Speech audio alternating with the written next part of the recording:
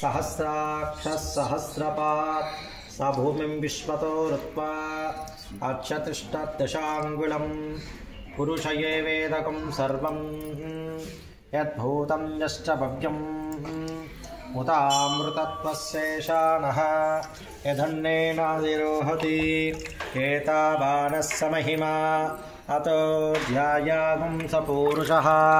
पादोश विश्वाभूतानि त्रिपादस्यामृतं दिवि त्रिपादोर्ध्ववदेत् पूरुषा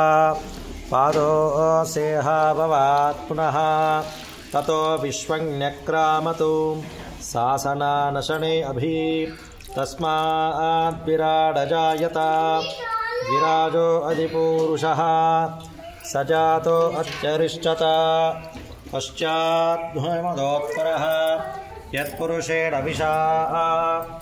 देवा यज्ञपतन्वत वसन्तो अस्यासीदाज्यं ग्रीष्मयित्मः शरद्दभिः सप्तास्यासन् हृदयः त्रिसप्तः समिदः कृताः देवा यज्ञं तन्वानाः अवत्नं पुरुषं वशं स्वं यज्ञं बर्हिः प्रोक्षन् पुरुषं जातमग्रता तेन देवा अजयन्त सात्यार्षयश्च ये तस्मात् यज्ञात् सर्वहृतः व्रतः सामानजन्यरे छन्दागं च जन्यरे तस्मात् यजस्तस्माजायत तस्मादस्मा अजायन्त एकेशोपयादतः गावो हजन्यरे तस्मात् तस्माज्जात अजावयः यत्पुरुषं वेददुः कथिता व्यकल्पयन् मुखं किमस्य कौ बाहु काभूरोपाता पुश्चेते ब्राह्मणोऽस्य मुखमासीतो बाहुराजन्यः कृतः वृक्षं शीर्ष्ण्योद्यौ समवर्तत पद्यां भूमिदशस्तोत्रात् तदा लोकाकुं कल्पयन्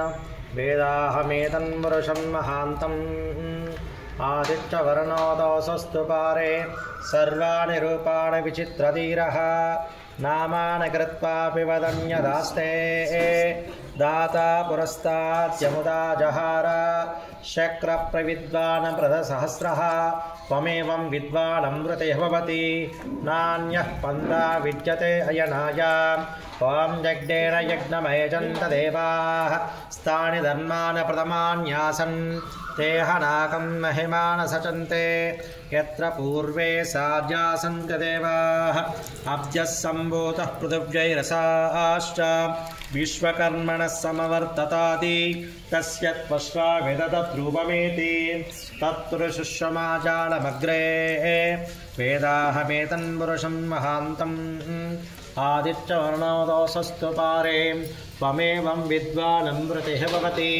नान्यः पन्था विद्यते अयनाय प्रजापतश्च गर्भे अन्तः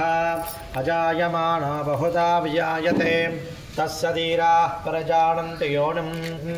मरीचीनां पदमिच्छन्ति वेदसः यो देवेभ्यो